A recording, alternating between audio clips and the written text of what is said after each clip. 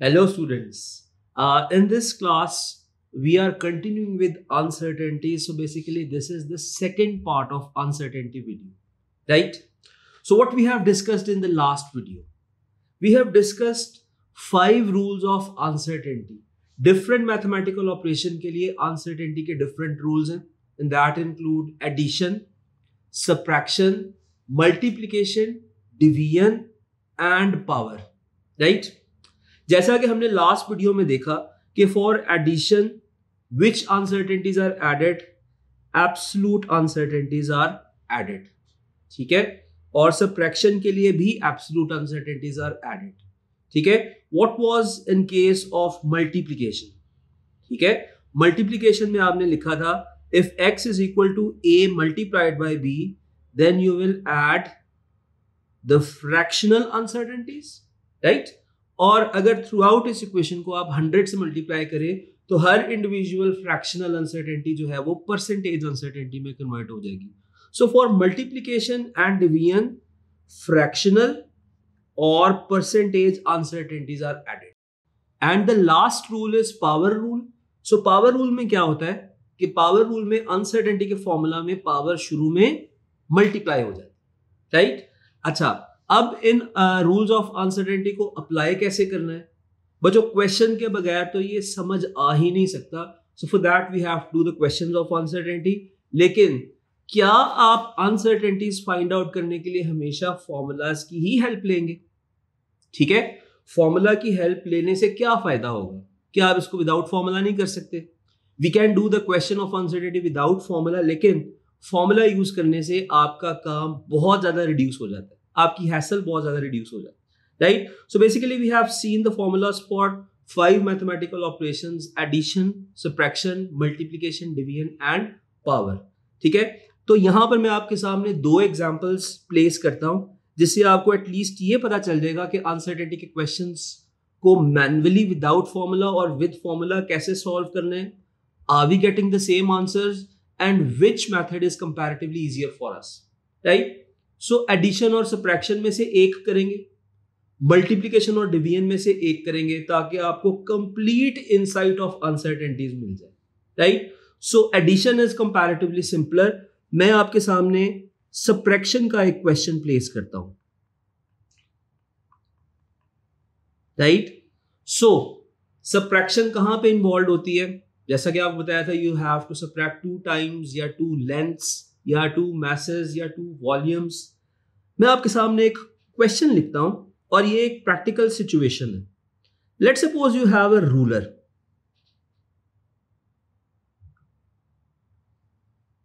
ठीक है।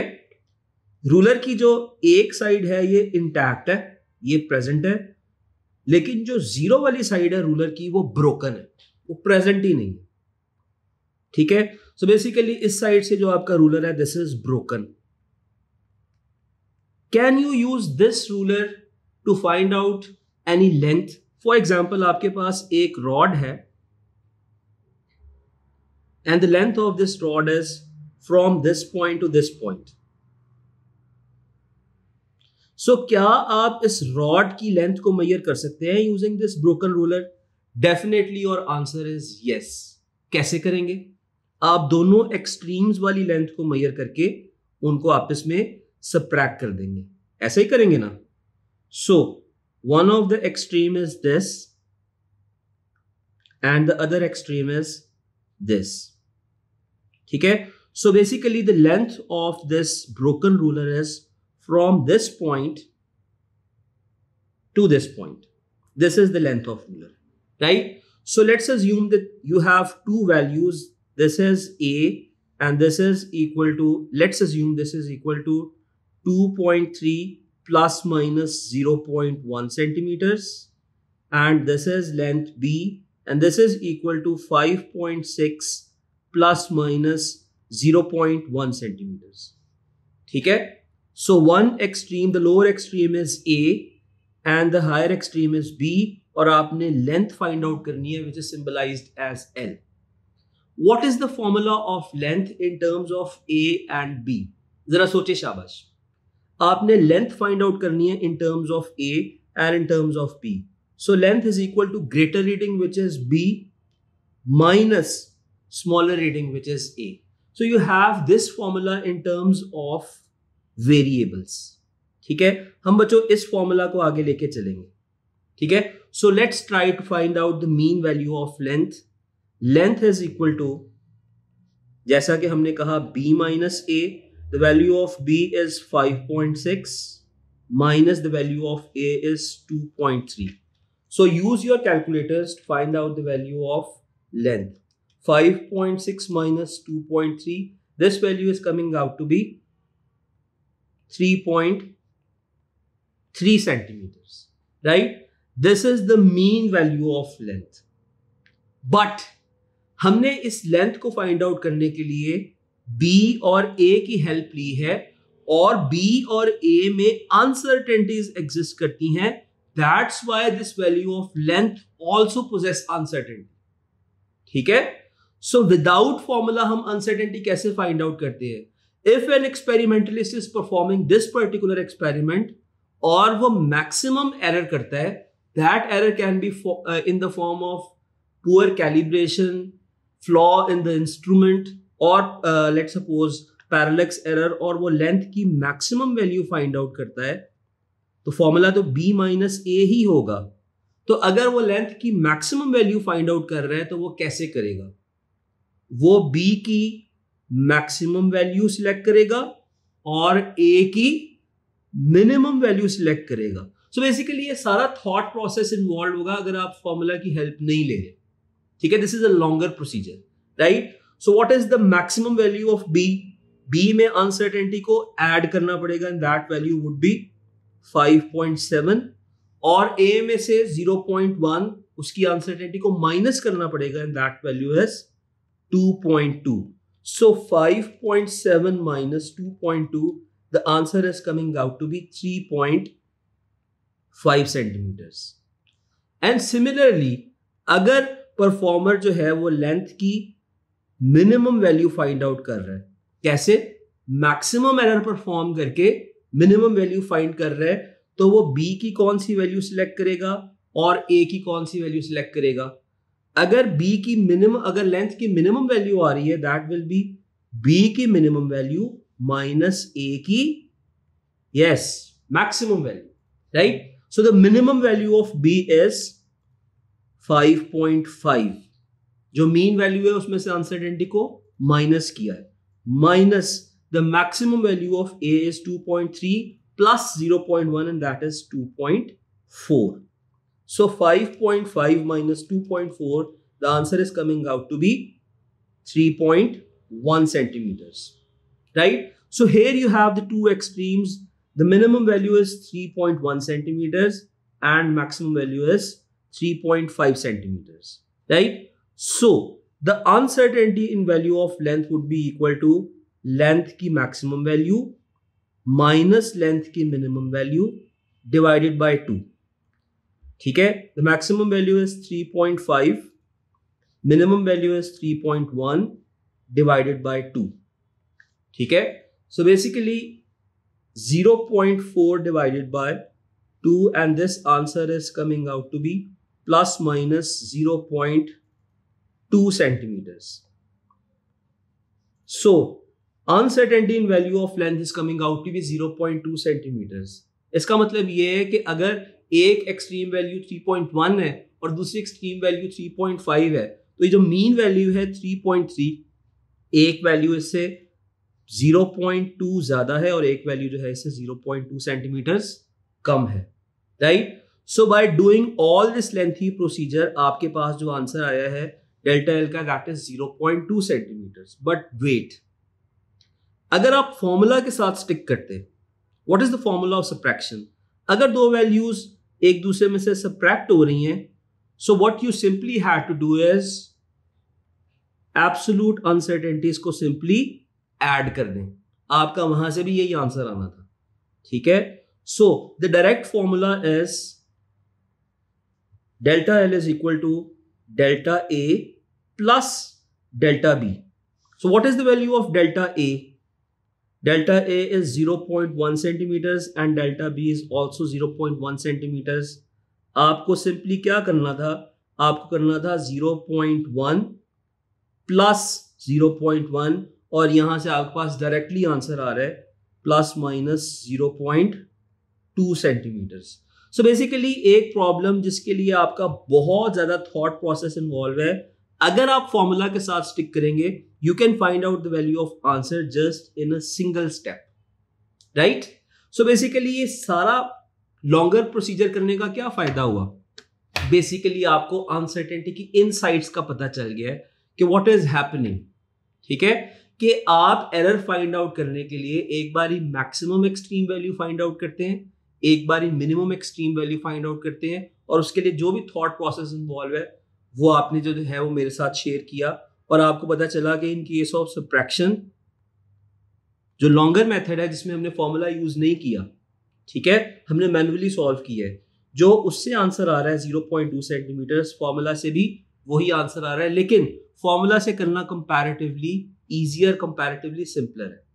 तो अंडरस्टैंडिंग के लिए तो हम सारा लॉन्गर मेथड को जो है उसको देख सकते हैं, लेकिन फाइनल आंसर फाइंड आउट करने के लिए definitely we will take the help of this formula which is just simply adding the absolute uncertainties in case of subtraction and also in case of addition, right. So एक और example देखते हैं और हमें तब पता चल जाएगा कि कौन सा मेथड कंपैरेटिवली आसान है, मैनुअल मेथड या फॉर्मूला वाला मेथड, ठीक है। एडिशन और सबट्रैक्शन में से हमने सबट्रैक्शन को सिलेक्ट किया, now we have an option of multiplication and division. Division is comparatively complex, तो मैं डिवीजन को सिलेक्ट कर रहा हूं। So in this case you are given with two physical quantities, one of them is force, the value of force is 1080 plus minus 20 newtons, and the value of cross sectional area of some object is, let's assume this value is 3.2 plus minus 0.1 meter square, ठीक है। In this question you have to find the value of pressure along with uncertainty, ठीक है। आपको मैंने पहले भी बताया है, दोबारा भी रिमाइंड करवा रहा हूं कि if he is referring to uncertainty he is simply talking about which uncertainty, absolute uncertainty, right। So let's try to find out the value of pressure along with uncertainty। कौन सा फॉर्मूला इन्वॉल्व होगा pressure का, you have the value of force, you have the value of area, so definitely the formula of pressure would be force per unit area, ठीक है।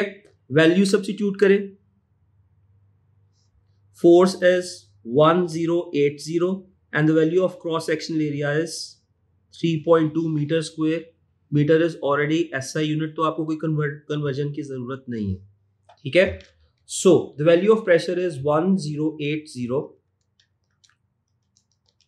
divided by 3.2 and this value is coming out to be 337.5 and definitely the unit of pressure is pascals, right।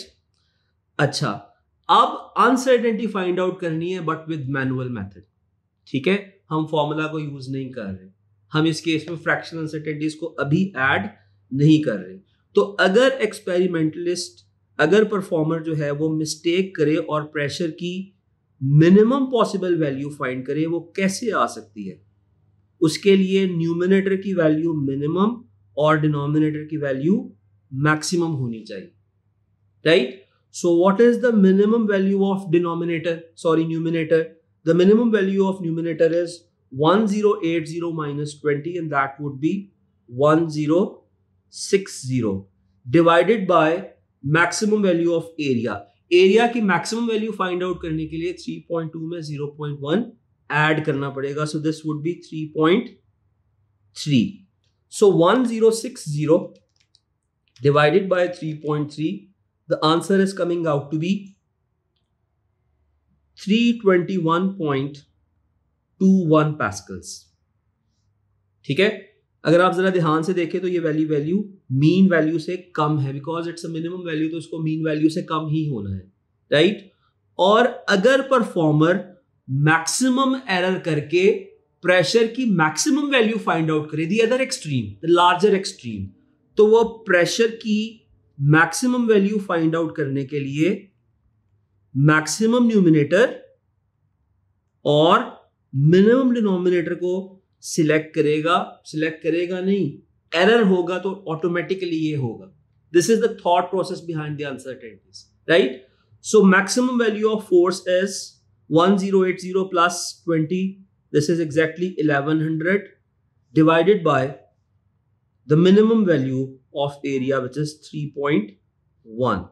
So 1100 divided by 3.1, the answer is coming out to be 354.83 pascals, right? So we have the two extremes. One extreme is 321.21 pascals. The other extreme is 354.83 pascals. How you will find out the mean value of uncertainty? Delta P is equal to pressure की maximum value minus pressure की minimum value divided by 2. एक और बड़ी important चीज को याद रखना है, जो भी आंसर आएगा ultimately you have to convert it in how many significant figures? Yes, one significant figure, because absolute uncertainty is always given in one significant figure, right? So the maximum value of pressure is 354.83 minus the minimum value, which is 321.21 divided by 2. 354.83 minus 321.21 divided by 2. This value is coming out to be 16.814. ठीक है? This value is in number of significant figures which is greater than 1. ठीक है?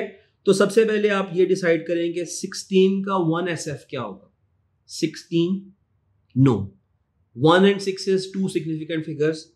10 नहीं, because 1 से जो next digit है वो 5 से ग्रेटर है, तो आपको इसको राउंड अप करना पड़ेगा. So this value will be 20 pascals. ठीक है?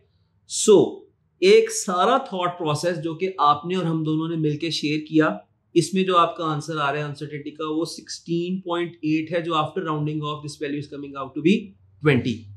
ठीक है? सो अब हमने इसी प्रॉब्लम को with a proper formula solve करना है, and the formula is P is equal to force per unit area, pressure is equal to force per unit area.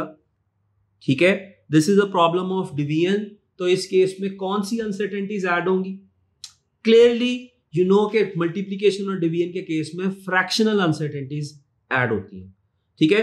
So pressure is equal to force over area को देखते हुए we are writing the formula of uncertainty. So delta P over P is equal to delta force over force plus delta area over area. ठीक है? Scientist ने जो formula हमारे लिए लिख दिया है, इसके लिए आप इसको वन स्टेप में सॉल्व कर सकते हैं. You just have to simplify it by substituting the values. ठीक है?